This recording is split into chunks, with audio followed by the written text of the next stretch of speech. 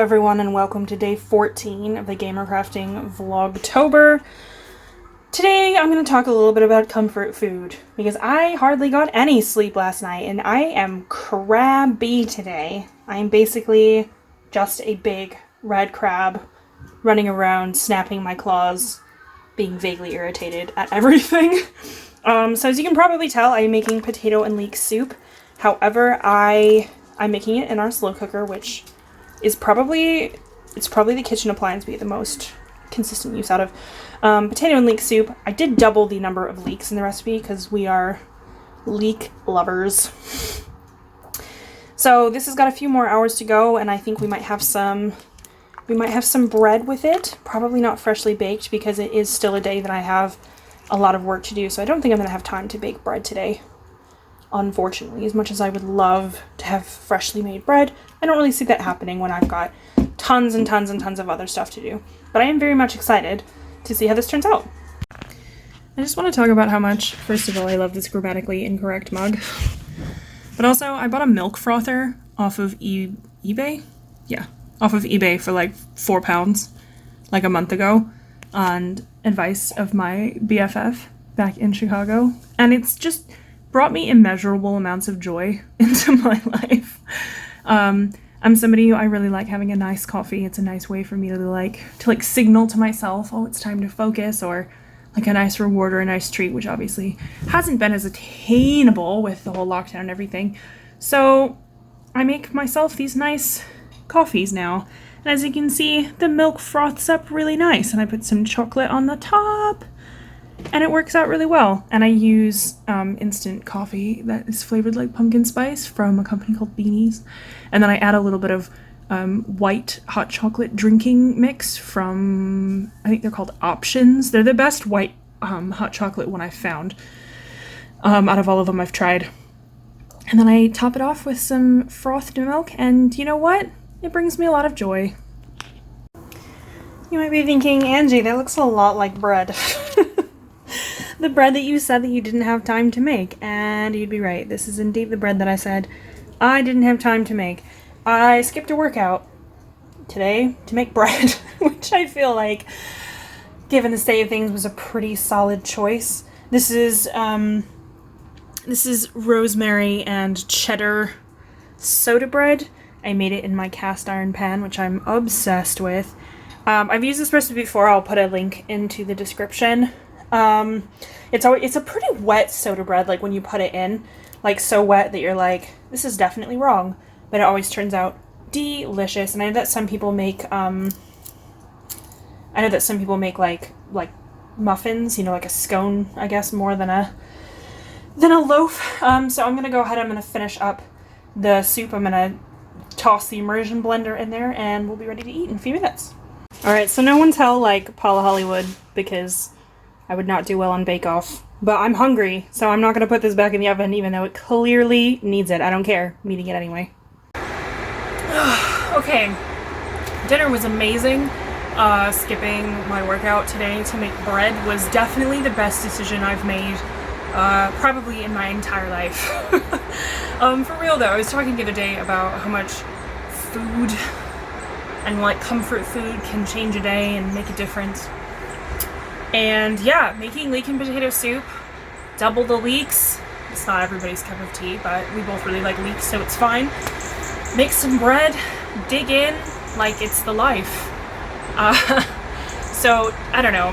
This week has been a bit like all over the place for a lot of reasons, but basically, everyone in the world is going to drive by right now. Basically, there's been a lot of yarn to dye, which is fine, and just other things going on with regards to yarn shortages and dye shortages and things that like mess up the fairly efficient process that I've developed over the years. That said, today I was dyeing some yarn and I ran out of a color that I knew I ordered it, but the shipment was late, and I was like, well, I have to get this yarn dyed. So one of the skills that you have to kind of pick up and learn as an indie dyer is learning how to like hack a shade. It can't be done for every shade. Really aggressively depends on what you're doing. But for this one, I've done it before, so I knew I could do it again. So I had to mix everything up, and it's a much longer process than just like having the actual pigment. Mixed it all up, dyed the yarn, and I swear to you, it was like 10 minutes after I put that lid on the pan that the doorbell rang, and it was the dye.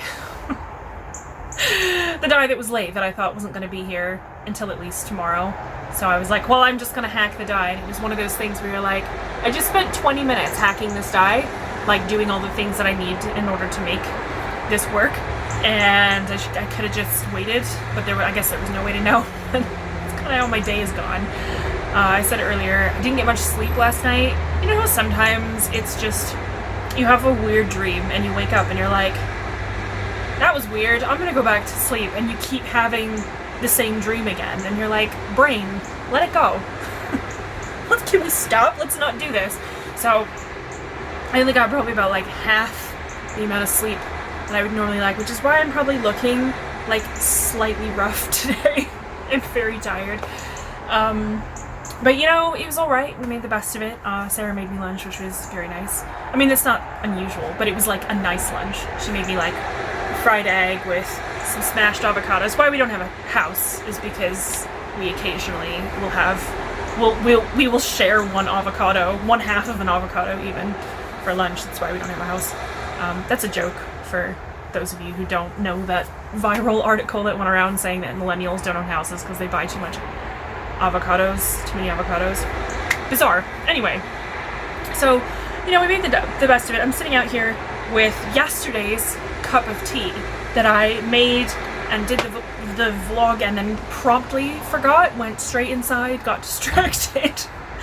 Because at this point in the day, the yarn has been dyed and it's cooling down now. But I'm not done for the day, so when I go inside, while this video is like processing and uploading, I'm gonna be putting yarn into the spin dryer that we have to spin all the excess water out, and I have to put that then in the airing tower, which is rapidly running out of space. The airing tower is one of those things where if we had more space, we would absolutely, without a doubt, have two, because they're amazing. They're like so necessary for yarn dyeing. It's one of those things where like, I don't know how we got along without it. I mean, I know how, obviously, I didn't forget, but it's, you know, it's kind of like, oh my god, I can't imagine going back to, you know, to what we did before. And it's the same thing with the spin dryer. I can't imagine going back to what we did before with regards to try and get excess water out of the yarn. It's just been, you know, a game changer. Anyway, so I have to do all that, and I did get a yarn shipment today of that merino bamboo that I mentioned yesterday, and so that is still sitting in the middle of the floor opened because I had to open it to get the merino bamboo out so I could get it dyed, but it's still sitting in the middle of the floor, so I have to put all of that yarn away, break the box down, take the cardboard down to recycling. Like, it's a whole process, it's a whole thing. So I still have to do all that. This has been like one really long run-on sentence. It's because I'm tired. I know some of you are probably thinking, no, that you always are like this, in which case, maybe don't tell me that. I said yesterday that I wanted to get the other toe of this sock blank done. I did not. And it's because I ended up feeling like a little bit, oh my god, I just ripped the needle out of the second toe. Excellent job, me. Fantastic. So let's see if I can just, you know, casually pick up those stitches. Maybe. Yeah, so I ended up feeling a bit stressed out last night. Not because of dropped stitches, like right now, but just, you know, other kind of ambient things. You know how it is with, you know, life in general. So I ended up picking up my crochet blanket project, the blanket club that I showed in a vlog last week, I think it was. I ended up working on that instead. It seems to be that that's become my comfort project, and I'm starting to think that maybe I just always need to have like a comfort project on the go, something that, you know, it's easy, it's a little bit mindless, it's kind of methodical, but it also kind of makes you happy for whatever reason, whether it's the colors you're working with or the stitch pattern you're working with or what have you. So I'm just gonna keep kind of vibing with that and see where my craft mojo takes me. I do want to finish this other toe though, because I want to cast on those other socks so I can see how that goes. And if I could just stop dropping things on the ground, that would be great. I've knocked so much stuff over today, it is unreal. I knocked over a stepladder twice. I knocked over a thing of yarn. I knocked over a pot of dye into some already dyed yarn, and I am like super grateful that I had really tightened the lid, otherwise this would probably be a much angrier vlog. It's been a day. With that, I'm going to love you and leave you. I will see you all tomorrow with hopefully something slightly more interesting, although I do hope that you enjoyed the soup and the slightly underbaked bread. It was delicious. I'm not gonna go on Bake Off anytime soon, so I'll see you all tomorrow.